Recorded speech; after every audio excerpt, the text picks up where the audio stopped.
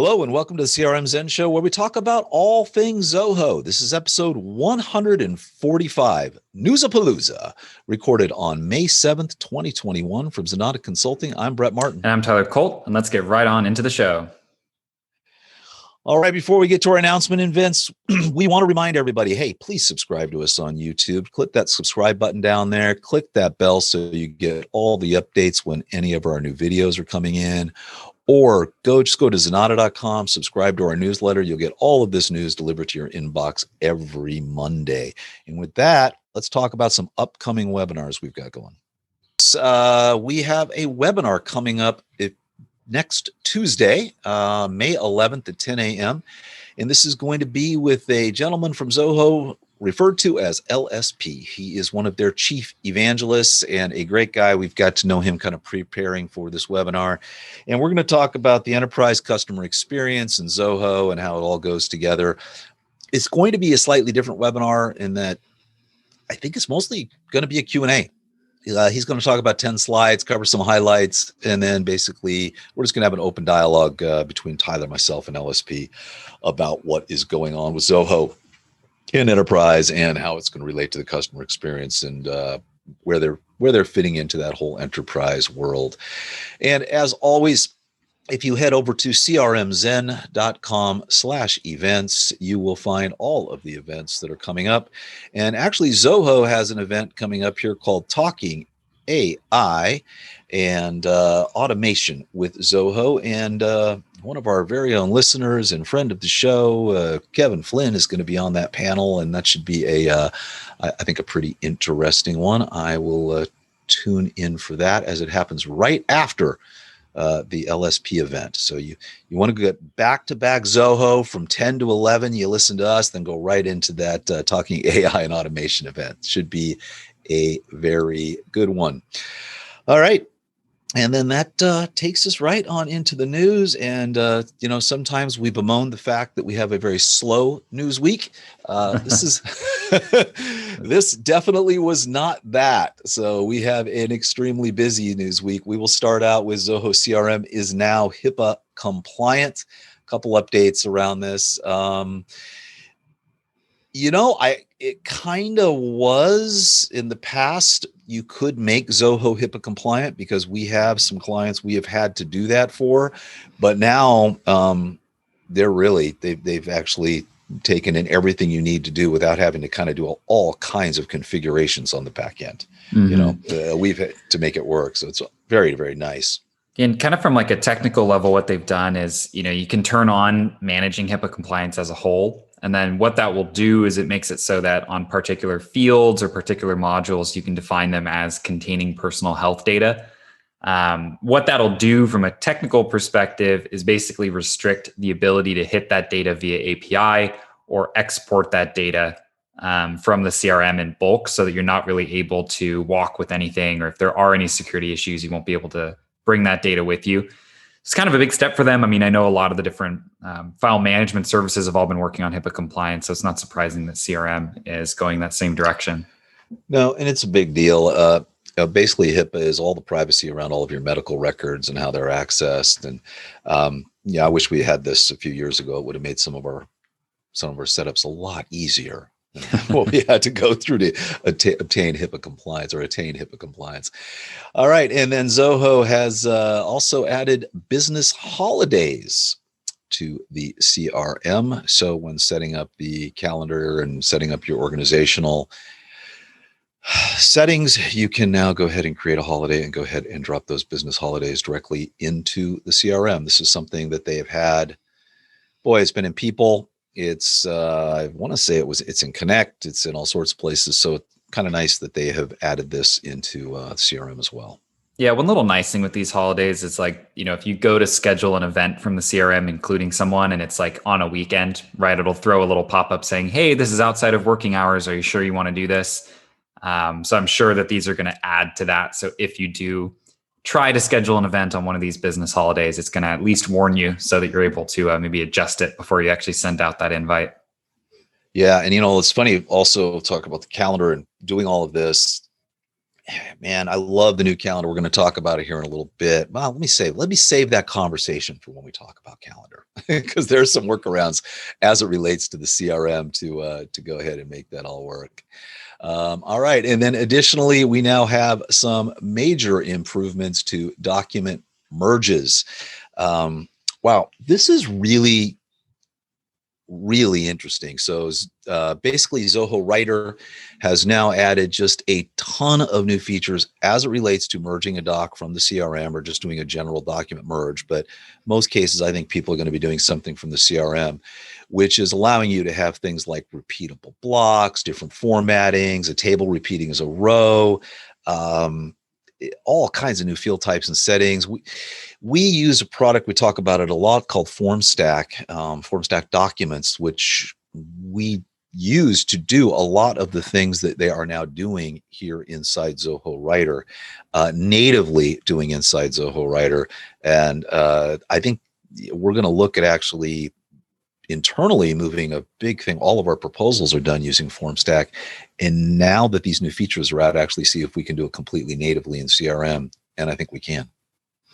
Yeah, I mean, to give a little more clarity, if anyone isn't seeing this on YouTube, I mean, these repeatable blocks are very cool. You can basically take it from like a subform or a related module, right, and format it into, a list that looks kind of however you want it, right? So if you're to build out a little text box, and, they give an example of, maybe like a library listing where you want to have the name of the doc or the name of the book, you want to have a quick write-up, you want to have the author, you want to have if it's available, right? You're able to just merge that into a custom format. Previously, you could do this from related modules, but they kind of had to just come in as a standard looking table.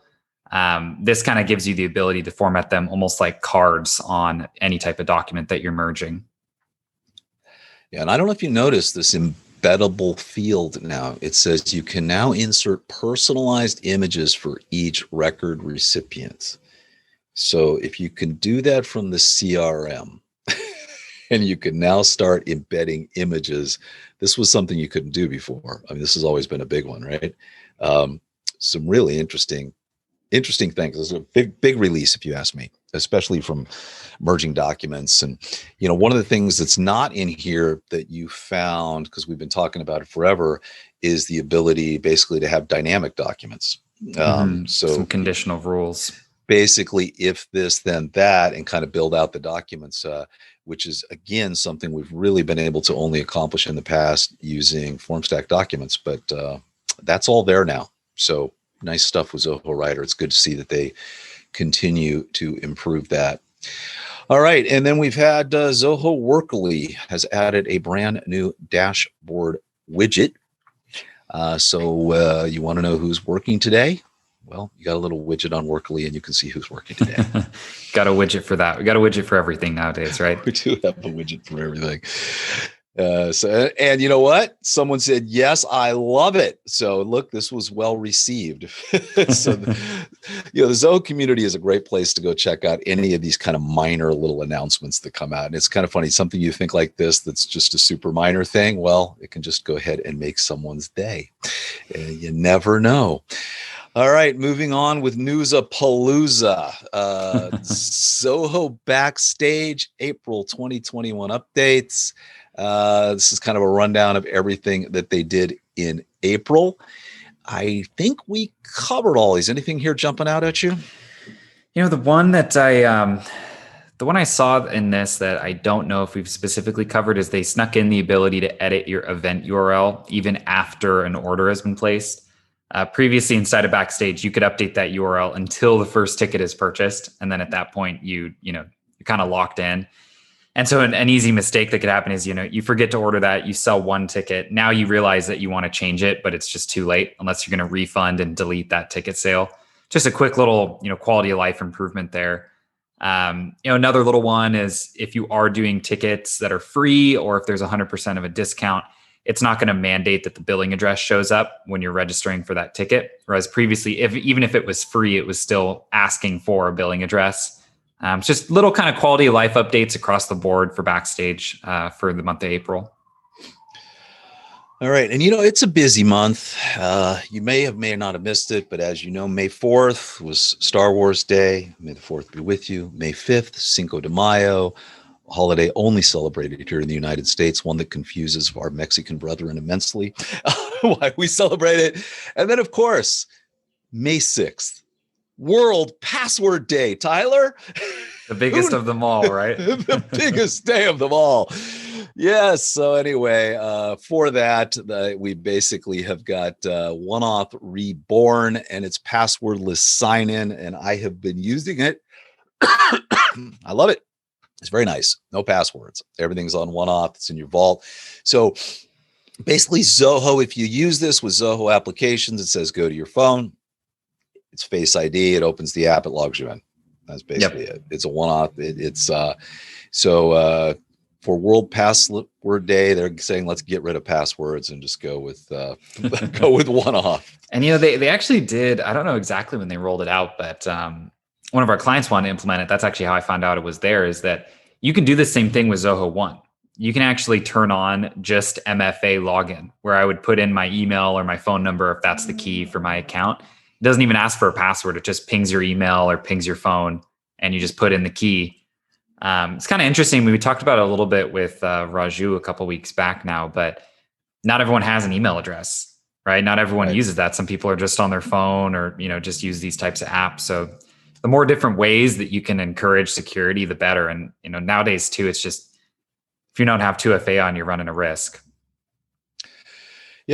So anyway, they continue. Basically, Zoho Sign just gets better and better. And then, if you're looking at Zoho Sign, Zoho Vault, it gets better and better from a password side. And then what they've been doing with this OneAuth app has been crazy, the improvements they've made it, because it was pretty rudimentary when they first started it. Mm-hmm. And in honor of World Password Day, Zoho did some pretty cool things. So we'll have a link in the show notes to 5 interesting facts about passwords, and which this is kind of stuff we hear all the time, 1, 2, 3, 4, 5 password and all that kind of stuff. But Fortune's locked up in password jail. It's funny. It says, what did they?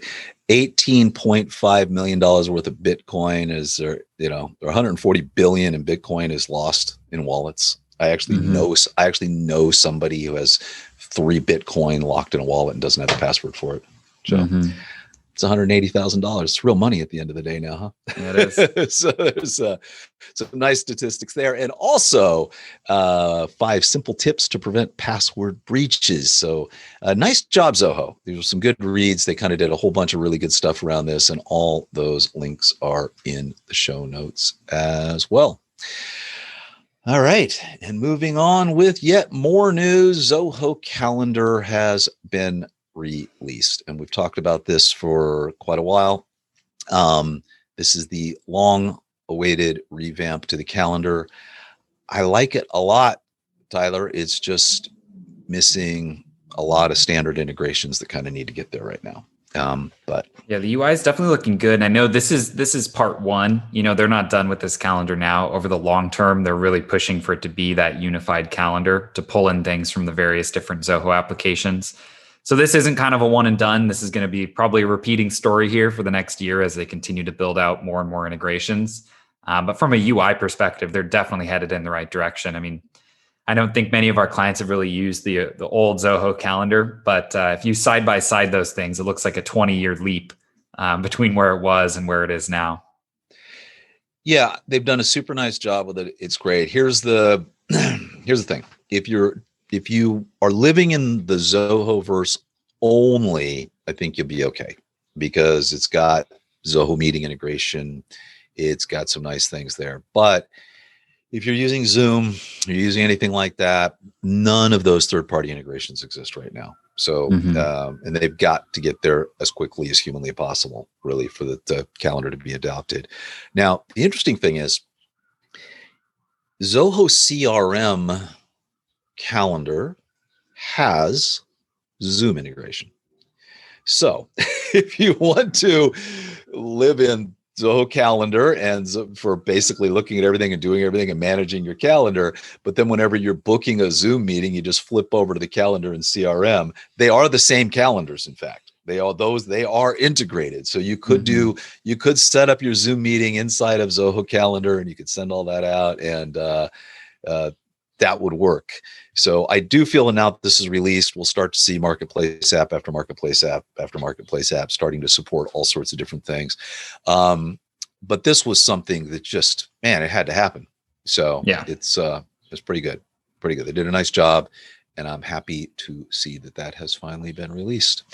All right, and then we got a whole slew of updates to Zoho WorkDrive. So basically, if you're still using Zoho Docs, which has been in a deprecation phase for a very, very, very long time, WorkDrive is now available in all workspace plans.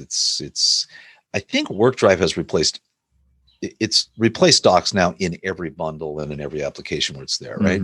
So this has got to be the end of, finally they'll put the dagger in Zoho Docs heart. And that'll be hopefully, because WorkDrive is really, really good. I mean, I think the last thing will just be, pushing people over to make the migration, if there are any holdouts still inside of Docs. But I mean, the more time that we've been spending with WorkDrive since moving over to it, it's just such a good tool. It's got so much functionality that a lot of these other doc management applications actually don't have. And, your storage limits out the gate are just insane. I mean, you get terabytes on a pretty basic plan for it. Yeah, you do. And we actually did an entire beginner series on WorkDrive. The first one will launch next week, and we're kind of going through all the basics of WorkDrive and, the sharing features, the organizational features, tags, collaboration. It's there. It's great. And like you say, man, it's just the amount of storage you get is just crazy.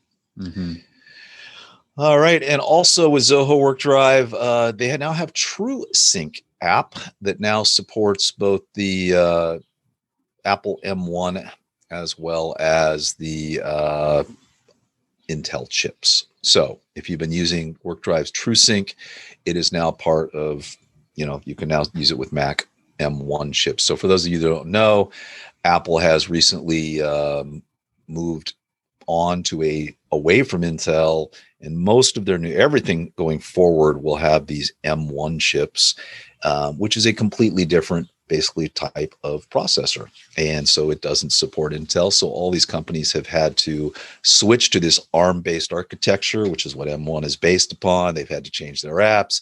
Apple does have a little Rosetta Stone kind of thing that can kind of make the conversion, which is what they did when they went from PowerPC to Intel, now Intel to M1. And that works fairly well. But for apps like this, where you're doing true overall synchronization, you need to have a native application. So Zoho has gone ahead and created that M1 version. So for those of you on there, you can get that. And if you don't know what Truesync is, really cool application. You basically sync to your WorkDrive. It only pulls down the files you're working on, but as a local drive, you can see everything that's on your WorkDrive. You can tell it what you want to sync, what you don't want to sync. If something isn't synced with your PC, you can pull it all in. It works exceptionally well. I actually attached a 2 terabyte SSD drive to my main thing here so that we've got a dedicated copy of everything from WorkDrive. Man, it did a beautiful job synchronizing probably around 700-800 gigs, and not a hiccup at all. So really, really nice. And moving on with yet more Zoho news. Tyler, we can now connect multiple monitors simultaneously using Zoho Assist. Yeah, this is a nice one. I think they actually did announce that they were going to do this a couple months back, but it's now out of their open beta, now moving into actually, the ready to use open access phase. Definitely a nice one to have. I mean, it's, I feel like most people nowadays are rocking more than one monitor. It's funny. My girlfriend is getting her master's right now, and she's doing everything on this tiny little laptop. And, we switched her over to a couple different monitors, and, you never go back once you make that change. So nice to see that Assist is going to support that, as it is just becoming more and more of the norm for a lot of people that are spending a lot of time on the computer.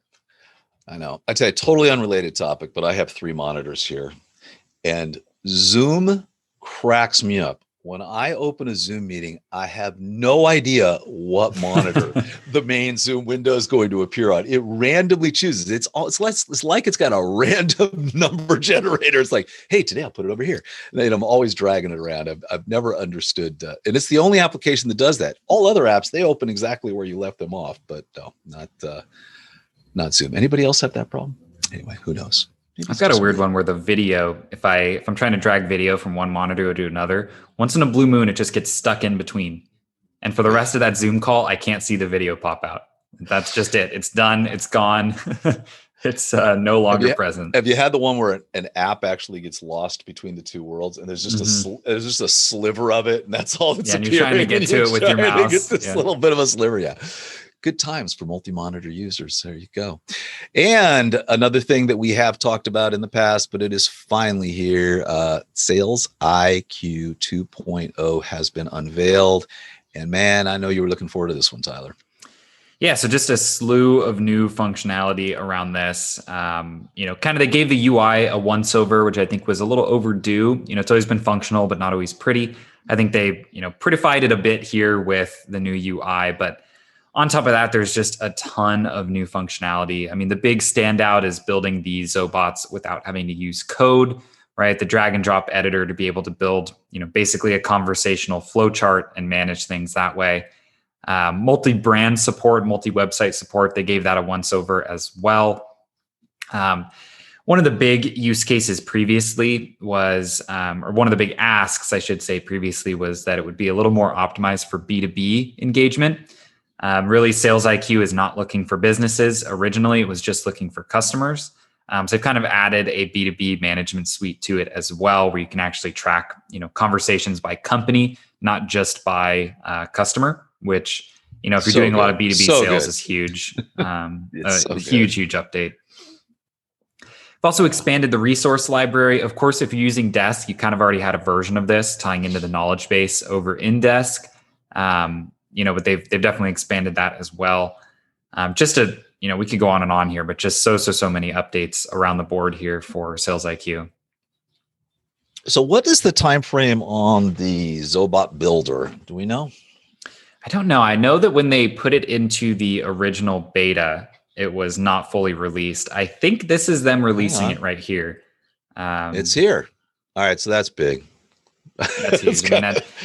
A couple of these early onset gray hairs that I have here are due to time spent trying to code Zobots. So this is just a huge time saver and value add for being able to build these out. Yeah, I'm going to code a Zobot. Hey, I want to speak to Brett. Brett's not here. How about Tyler? And that's just going to be the same thing. No, I really need. I'm sorry, you only get Tyler. I'm just going to have everything directed your direction here. This is going to be nice, though, man. I mean, the hours. I mean, the amount of. I feel bad for clients that needed to have these Zobots built earlier because they were just time consuming and just so many layers. And I think maybe we should do a tutorial on this because this looks like people can build their own Zobots now. Yeah. Which is super, super nice. A couple other little things here. They added additional kind of machine learning around conversational AI. So if you kind of want to have a simple bot, it's going to be better and better at identifying common phrases. An interesting one they added was like an abuse filter. If you scroll up a little bit for those that are watching on video, it's trying to protect your kind of front line of agents from, people being abusive via chat. So they're actually identifying some of those keywords and blurring them with the option to open them up. That's a nice one, honestly, because you just never know what people are going to try to put your team through, chatting with them in an anonymous way like that. So a good one to have here as well. It's like, anyway, 28 updates is just a huge amount. Just a very, very, 23 new features and 27 feature enhancements. So a solid 50 across the board. So way to go, Zoho, on the SalesIQ 2.0. And then still with yet more news, Josh seems pretty stoked about this, but Zoho Creator has now introduced blueprints. So if you're familiar with blueprints in CRM, you now have them in Creator. I think this is a very, very nice enhancement. I think he's kind of excited about some possibilities here. Yeah, I mean, previously you could kind of brute force a blueprint using Deluge. Checking if you go from this stage to this stage, pop these fields and kind of require this stuff. Now they've kind of abstracted it up to the drag and drop interface that we're used to from the CRM. Nice little thing that I do note here is they have parallel transitions. So multiple ways to get from point A to point B. That one I think is still in progress for the CRM. They haven't quite rolled it out yet to my knowledge, but they did definitely a nice one to have. Desk. I think it is in the Desk, transitions in Desk. Right, Mm-hmm. but not over in CRM. Yeah. Alrighty, and then rounding out the news for the week, Zoho People has now added consolidated reporting. So rather than having to pull up multiple reports, you can now go to My Reports and you can basically generate a consolidated report. So you've got your team reports, the kind of just really nice organization on their reports. So you basically have these nice little groupings for all your reports, so they're not all in one big jumble of reports now. Mm-hmm. So for those that you are not watching, basically you've got tabs running across the top of your reporting thing where you can group the reports. They've grouped them for you, and then you can also have your own reports and group them the way you want. And as in all things Zoho People, it was quite overwhelming in the past. And still is. There's so many reports in there. There's a lot going on, man. All righty. And that brings us to our implementation of the week. What do we got, Tyler? Yes, this was a fun one here using Zoho Analytics and Zoho Inventory. It's pretty easy and quick to calculate profitability just using the standard books connection over in Analytics. If you're assuming that you have a fixed purchase price for an item, right? When you create a new item inside of books, you give it a sales price and you give it that purchase price. But in reality, the real price that you purchase things has some level of variability, right? You might get a sale one month, there might be a supply constraint another. And so, if you want to get that super granular level of profitability reporting, you can't just use that default purchase price. You might actually need to marry things up to the real price that they were purchased at. And so with Zoho Books on its own, you don't really have a great way to access that data. But because Zoho Books and Zoho Analytics, kind of two sides of a coin, by including the Zoho inventory element into Analytics, we actually get the data structure that we need to run a calculation like this. So the methodology that they're using is, first in, first out. So we're assuming that when we sell an item, we're picking from the oldest item purchased, right? And so on and so forth for calculating that cost. And what they do is once you've activated inventory and its connector into Analytics, you get a couple additional tables that don't really live anywhere else. They're not really visible within inventory or within Zoho Books, but they track all of your various stock inflows and outflows. And then they have a mapping table that lives between the two that kind of connects, hey, this stock outflow pulled this quantity from this inflow and this quantity from this other inflow. So we're actually marrying things up to like purchase orders or bills rather than just to that default purchase price. It does require SQL. I tried to put this together without using SQL and just using like the pivot table joins. Did not go very well. The join logic in the tables was just not quite there. And that's not really a critique of analytics. There's a lot of tables at play. But any which way that I tried to do it without SQL, it just wasn't possible. But what you can do if you do know, the SQL required is you can actually create yourself kind of a master table that joins from all of these various inflows, all of these outflows, marries them up with the mapping table, and you're including your invoice items and kind of all these variety of data points, where now you can actually get your profitability on an invoice based on the purchase price of those specific items that were sold. Again, assuming that we're picking from the oldest inventory first for calculating those purchase prices.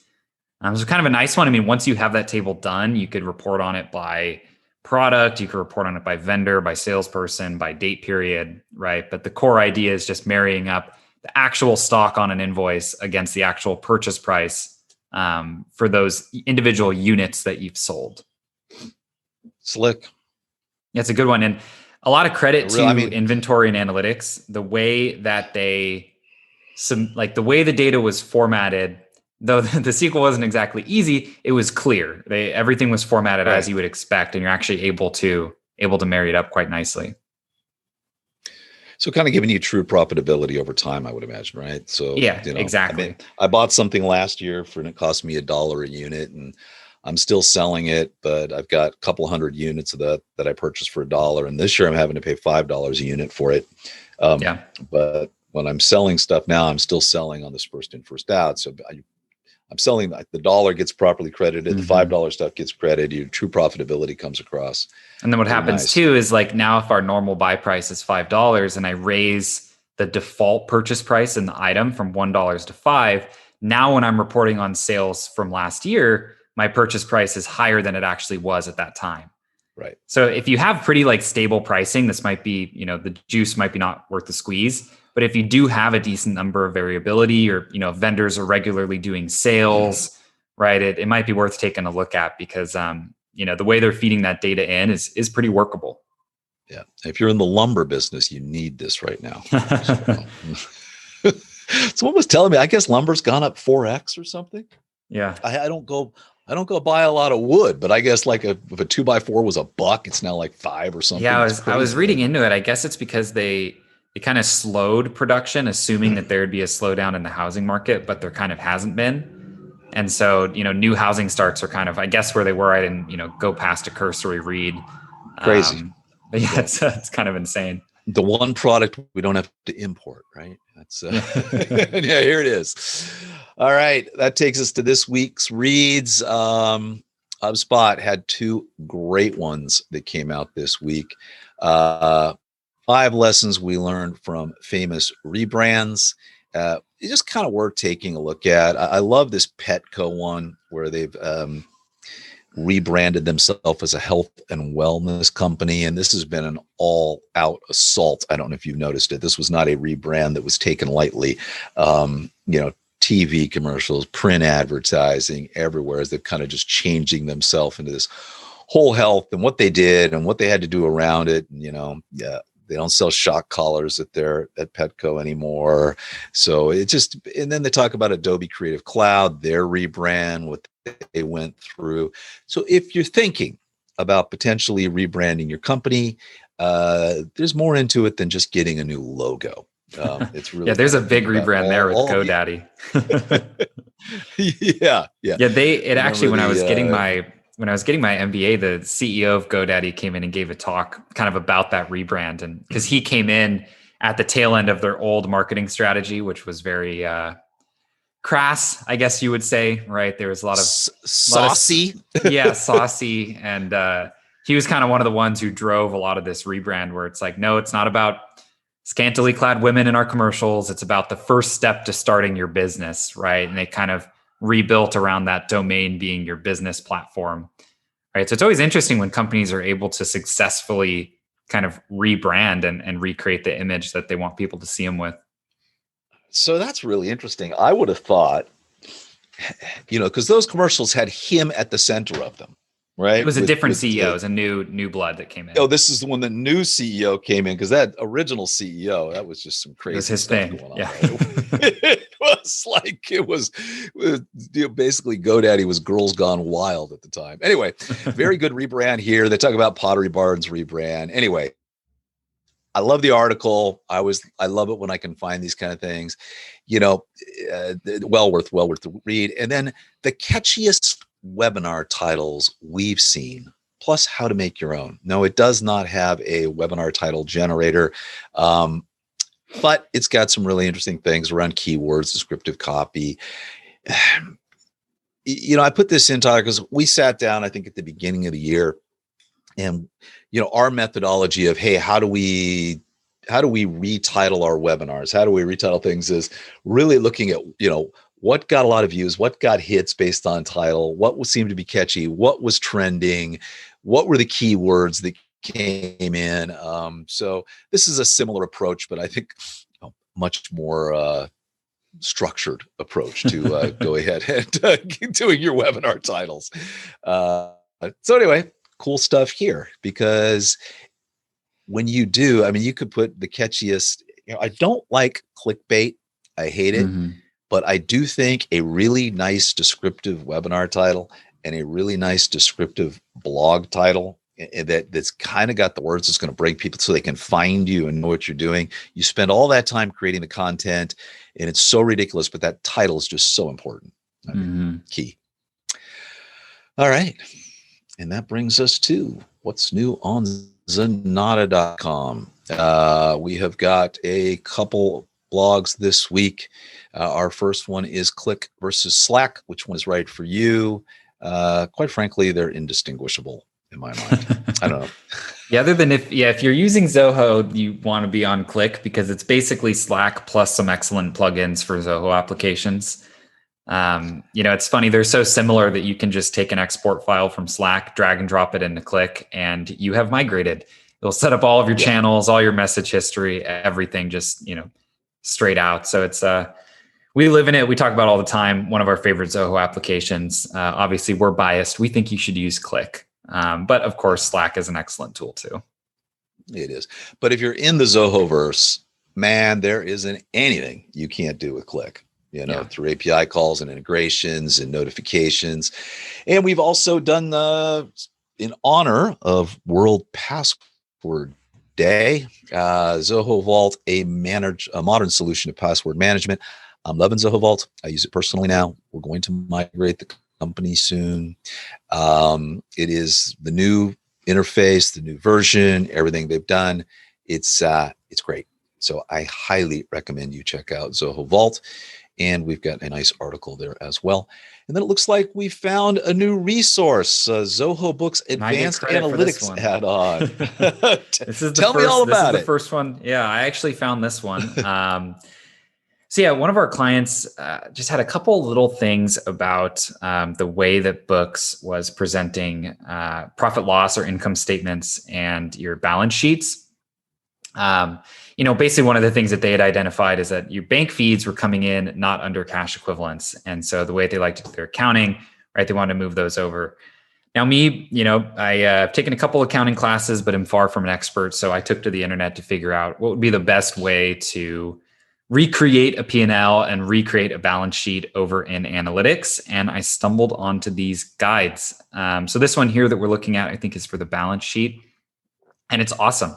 I mean, it literally walks you through step by step, slide by slide. It gives you the SQL code that you would need that you can just copy paste, maybe make a couple edits if you want to.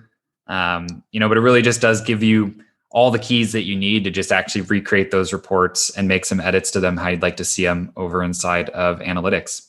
So I thought I would kind of post those out as well, because anything that gives you code snippets is always nice. Even if you have to make a little edit here and there, at least you've got 95% of it done for you.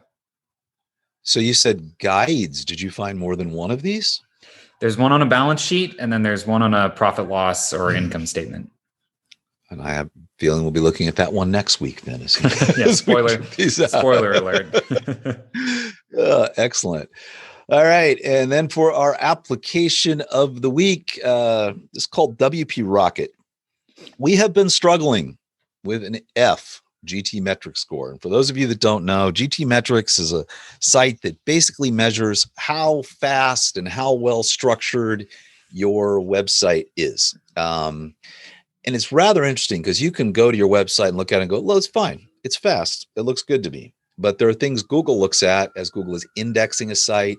And all of this can affect your search engine optimization, whether you get presented, whether you don't, whether Google likes you. Load time is actually huge for SEO. It's huge. It's huge. So this does all sorts of things to basically tighten up your site, fix your cache. And it also, if you want, you can turn on a content distribution network that they have, which is absolutely fantastic. And it does some really, really good stuff. It took us up to an A. Now, we did encounter a little bit of a problem where it broke some stuff, and we're working with them on that. But we've put it on several other sites already, and it's been perfectly fine. And I have to tell you, it's a really nice app. Not cheap, not expensive. It's like $50 one time for one site. Then they're going to charge you $7 a month for your CDN. If you've got a lot of traffic, that's relatively inexpensive. But I think worth we're taking a look at. We've been spending a lot of time working on this for a lot of our clients, and I think it's worth. It's a great application. I don't know. Any thoughts on it? No, I mean, it's anything you can do to increase those load times. It's interesting. Mark in the chat brings up a good point. Is it's always like the battle between Google and web designers. A web designer wants to create these UI experiences for people that, make things as gorgeous and pretty and simple, but not all of those make your site load particularly quickly, right? So we have a lot of really high def images, and we have a lot of form embeds and all these things that allow us to make that user experience great, but it doesn't exactly help your website load time. So it's kind of a nice tool that lets your web team still create those experiences that they want, but ideally without knocking you too far down in the Google rankings. Oh, but that's not what he was talking about. He says, but we're going to run with that. So, who knows? Anyway, but I agree. It is this whole thing, and the designers, you want high res images. So, by the way, if you're watching us on YouTube, I just ran it on CRM Zen for an A rating, and this was a solid F. And this was just a matter of turning this on. So anyway, great stuff. Great application. Be sure to check it out. And that brings us to our tip of the week, Tyler. And this is our very last tip of the week. And this was on basically Zoho Books, our beginner's guide for Zoho Books. And this was our 11-minute tutorial on the purchasing process inside of Zoho Books. Yeah, so kind of the other side, last week we put out the video on the sales process, basically from estimate to sales order to invoice. This is from, your vendor creation to your PO to your bill, and then receiving payment or, submitting payment against that bill. So it's kind of the other side of the coin of the kind of core Zoho Books workflow that we wanted to cover. Yeah, and I think that's it for our Zoho Books series on the tutorial. I think if you watch our webinar and you watch these tutorials, you should be pretty good to go with Zoho Books at the end of the day. I think so. Take a look at that. Yeah. And now to our Q&A. We've got a question from Jessica. This goes back to earlier in the show when we were talking about the changes for Zoho Writer. And she is saying, hey, could we use this to create sales orders? Yes, we do that already all the time. So there's so much you can do with that. You can use it doing sub forms. You can do all kinds of things. I don't know, Tyler, you want to expound on some of the things we've done there? Yeah, I mean, we've done it before with kind of the standard subform or related list merge, right? We can kind of bring in those things as like a table and display their totals at the bottom and kind of manage it that way. This would just allow you to take that up to the next level and basically format it however you want, right? So maybe if you want your sales order to do some product call outs that, have some additional information that's just doesn't really work if you try to cram it into the description column of a table. The ability to present those as cards would definitely let you make a really nice looking sales order, or even like a proposal that's just going to include some of that product information that you want to share with your potential customer. All right, that is going to wrap up our show. Thank you so much for listening today. If you've got any questions or comments, you can go to info@zenatta.com or info@crmzen.com, and we'll be happy to help you out. And on the websites, it's where you'll find complete episodes as well as show notes with links to the stories we discussed today. As always, you can follow us on your favorite social media platform and subscribe to us on your favorite podcast app, as well as on YouTube. We'll see you next Monday.